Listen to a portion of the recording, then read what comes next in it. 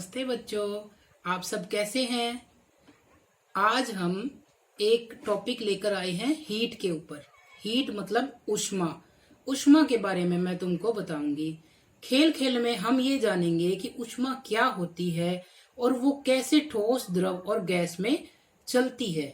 ऊष्मा के तो पाँव नहीं होते, तो फिर बताओ वो कैसे चलती है। तो वो एक सिरे से दूसरे सिरे तक ऊष्मा कैसे चली जाती है, ये हम आज जानेंगे। तो ठोस तुम जानते हो कि क्या होते हैं ठोस। कोई भी कठोर जैसे धातु वो ठोस में आते हैं। कोई भी कठोर वस्तु जिसके कण पास पास हों उसको हम ठोस कहते हैं। और जो द्रव हैं, द्रव क्या होते हैं?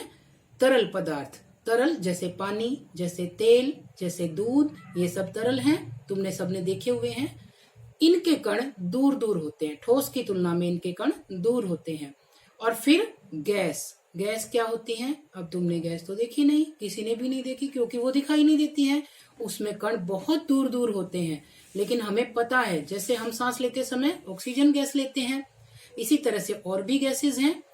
पानी भी 3 अवस्थाओं में पाया जाता है। पानी की ही अवस्थाएं देखकर तुम समझ सकते हो कि कौन कौन सी अवस्थाएं हैं। जैसे कि ठोस। ठोस अवस्था में पानी बर्फ के रूप में पाया जाता है। द्रव अवस्था यानी तरल पानी के रूप में पाया जाता है। और फिर गैस अवस्था, भाप। भाप जब बन जाती है तो हम उसको क्या कहते हैं? पानी की गैसीय अवस्था। तो अब हम आज क्या पढ़ेंगे? ऊष्मा। ऊष्मा मतलब गर्मी। देखो तुम ये देख रहे हो, मेरे पास एक मोमबत्ती है। अगर मैं इसको जला दूंगी तो मुझे गर्मी मिलेगी। या किसी भी दीपक से, बल्ब से, सूरज से हमें बहुत सारी, या हम कोई ईंधन जलाते हैं तो उससे भी हमें गर्मी मिलती है। तो गर्मी यानी हीट, ऊष्मा, वो क्या होती है? उसका एक नियम होता है बेटा कि वो हमेशा गर्म से ठंडे की ओर ही चलती है, स्थानांतरित होती है। तो ये सारी बातें हम आज खेल खेल में सीखेंगे। तो प्यारे बच्चों, देखो मेरे पास क्या क्या चीजें हैं। एक मोमबत्ती मैंने ली है, एक ये कांच का बर्तन है जिसमें मैंने पानी डाला है, ये लाइटर है जिससे मैं मोमबत्ती जलाऊंगी, और ये मेरे पास पोटेशियम परमैंगनेट या लाल दवाई है।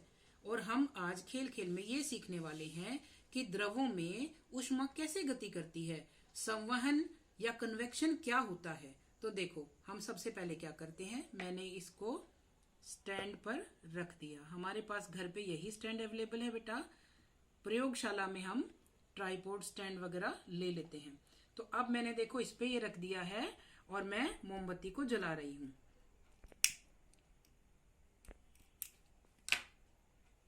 इसका एक किनारा गर्म होने के लिए मैंने रखा है।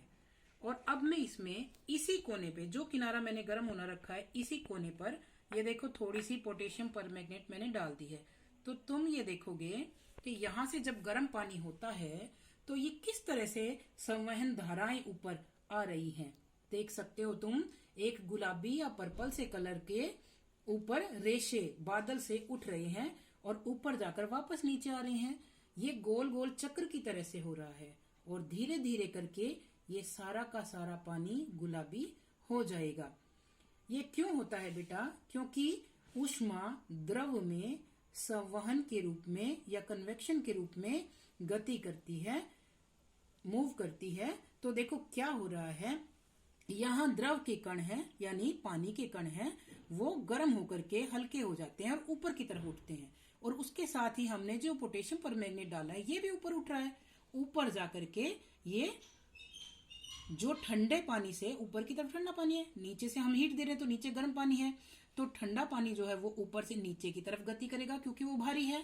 और यहाँ से गर्म पानी होकर के हल्का हो जाता है और वो ऊपर जाकर के वापस ठंडे पानी को रिप्लेस करते हुए नीचे की तरफ भेज देता है।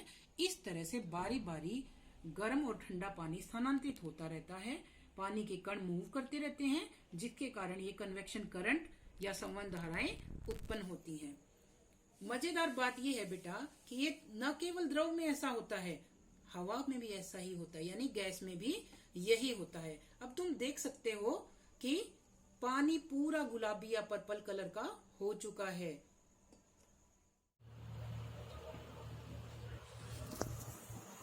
ये देखो बेटा, हमारा पूरा पानी पर्पल कलर का हो चुका है।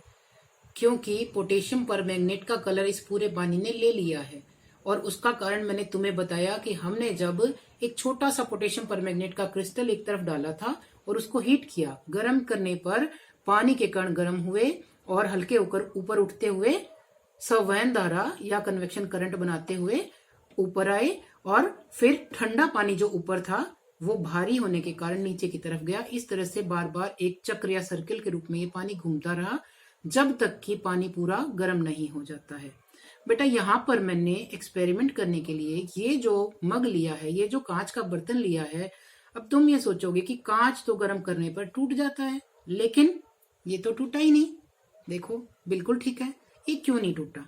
क्योंकि ये क्या है, बोरोसिल ग्लास से बना हुआ है। बोरोसिल इस एक प्रकार का ग्लास होता है, वो ऊष्मा का कुचालक है, उस पर हीट या ऊष्मा का कोई भी असर नहीं होता है, इसलिए ये ग्लास टूटा नहीं है।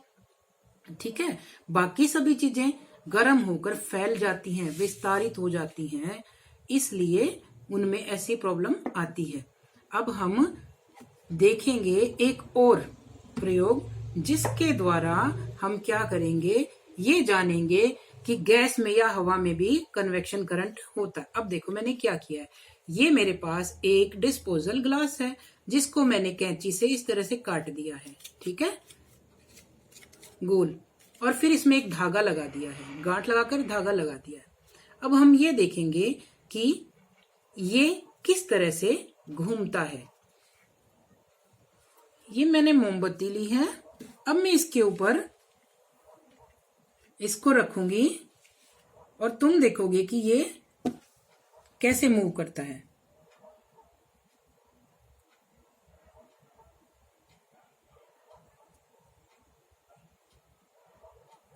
देखो कैसे गोल गोल घूम रहा है। ये क्यों घूम रहा है बेटा? क्योंकि मोमबत्ती के द्वारा यहाँ की हवा गर्म हो गई है और हवा गर्म होकर ऊपर की तरफ उठ रही है। ऊपर उठने के कारण ये इसको गोल घुमा देती है, ये मूव करती है। ये देखो ये मोशन इसमें हो रहा है, और तुम इसमें ये देख सकते हो कि कुछ भाप जैसी चीज, धुआं जैसा निकल रहा है। वो क्यों निकल रहा है? क्योंकि डिस्पोजल ग्लास में वैक्स लगा होता है अंदर की तरफ, और वो जब गर्म हो रहा है तो उसके कारण ये धुआं या भाप जैसा तुम्हें दिखाई दे रहा है। इसमें इस प्रयोग को करने के लिए बेटा इसमें हमें हाथ अपना बिल्कुल स्टेबल रखना है, स्थिर रखते हुए रखेंगे इसको, और मोमबत्ती की लो से थोड़ा ऊपर रखेंगे, नहीं तो ये आग पकड़ लेगा। ठीक है, तो तुम देख सकते हो कि किस तरह से ये मूव कर रहा है।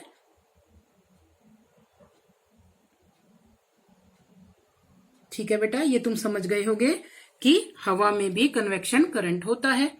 अब देखो, क्या तुम्हारे मन में कभी ये प्रश्न आए हैं कि मोमबत्ती की लो या दीपक की लो हमेशा ऊपर की तरफ ही क्यों होती है?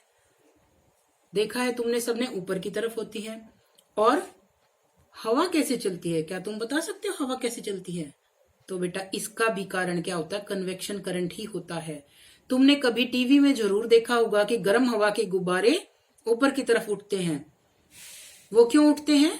इसीलिए। क्या कारण है? देखो, जो मैंने ये मोमबत्ती जलाई है तो इसके आसपास की यहाँ की हवा गर्म हो गई, और ये हवा जब गर्म होकर ऊपर उठती है तो ऊपर की ठंडी हवा इसका स्थान लेने के लिए नीचे की तरफ आती है।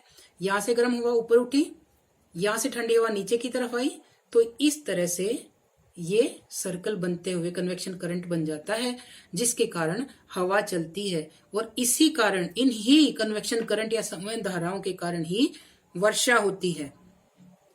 मुझे उम्मीद है कि आप सबको ये बहुत अच्छे से समझ आ गया होगा कि द्रव और गैस में कन्वेक्शन करंट किस प्रकार से होता है, संवहन धाराएं कैसे उत्पन्न होती हैं। ये ऊष्मा के चालन की, ऊष्मा के मूवमेंट के लिए द्रव और गैस में विधि है। प्यारे बच्चों, देखो अब हम ऊष्मा स्थानांतरण के लिए एक और प्रयोग करते हैं। तुम देख रहे हो मेरे पास एक ये डिस्पोजल बाउल है, दोनों तरफ से देख सकते हो ये तुम। अगर इसको मैं इस मोमबत्ती पर गर्म करूं, इसको गर्म करूं तो ये जल जाएगी या नहीं? तुम सब कहोगे कि हाँ ये तो जल जाएगी। लेकिन अभी देखो मैं एक जादू करने वाली हूं, तुम देखोगे कि ये बिल्कुल भी नहीं जलेगी। मैंने इसमें पानी डाल दिया और अब मैं इसको गर्म कर रही हूं। तो तुम देखोगे कि ये बाउल तो नहीं जला, बल्कि पानी गर्म होने लग गया है।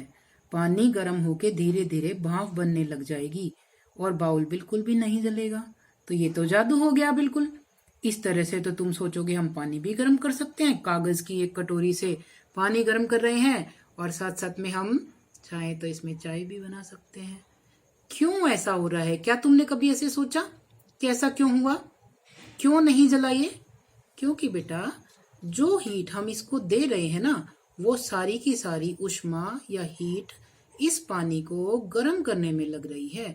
जब तक ये सारा का सारा पानी गर्म होकर के भाप में नहीं बदल जाता है, तब तक ये कटोरी या बाउल जो कागज की है हमारी, ये बिल्कुल भी नहीं जलेगी। तुम देख सकते हो कितनी देर से मैंने इसको पकड़ा है, लेकिन क्या ये जली?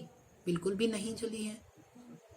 और पानी के बबल्स बनने शुरू हो गए हैं। जैसे कि जब हमारा पानी गर्म होता है ना, तो बुलबुले बन करके ऊपर उठते हैं। देखो इस कटोरी में तुम देख सकते हो कि पानी के बबल्स बनने शुरू हो गए हैं और अब इस पानी की भाप बननी शुरू हो जाएगी और फिर भी कटोरी बिल्कुल भी नहीं जलेगी।